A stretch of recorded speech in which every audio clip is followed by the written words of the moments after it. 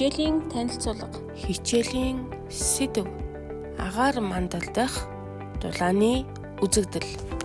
Нарнаас ирэх богино долгионы цацрагууд дэлхийн агаар мандлаар дамжин өнгөрөөд гадаргуу дээр хүрдэг.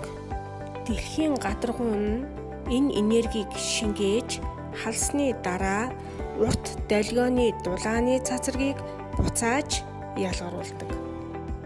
Агаар мандал нь зарим хийнүүд буюу усны уур, нүүрс төрөгчийн давхар эсэл, метан, азотын эсэл зэрэг нь эдгээр урт долгионы цацрагийг шингээж дулааныг хадгалан дэлхий рүү буцааж цацдаг. Өнөөдрийн хичээлээр агаар мандалдах дулааны үзэгдлийн жишээ гарган тайлбарлая.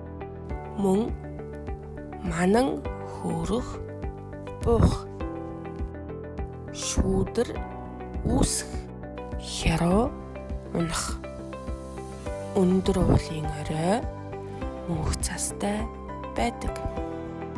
Бороо, цас орох гэх мэт мөн хүлэмжийн үзэгдлийн физик шалтгааныг судлаж тайлбарладаг болно. Хичээлийн зорилго. Агаар мандалдах дулааны үзэгдлүүдийг танин мэдж тэдгээрийн үүсэх физик механизмыг ойлгох, өдөр тутмын амьдралд ажиглагддаг үзэгдлүүдийг шинжлэх ухааны үүднээс тайлбарлах чадварыг эзэмших.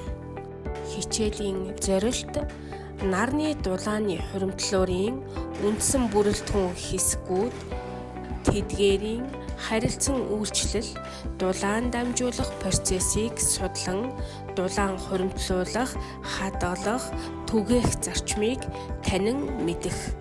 Нарны дулааны хуримтлуур болон хүлэмжийн үзэгдлийг ногоон барилга байгууламж, хүлэмжийн аж ахуй, дулааны системд хэрэглэх техник шийдэл, эдийн засгийн үр ашгийг үнэлэх. Хүлэмжийн үзэгдлийн үүсэх физик шалтгаан болох цацрагийн дамжилт, тусгал, шингээлтийн зарчмыг судалж, шилэн гадаргуугын оптик шинж чанар, дулааны баригдах процессыг судлах.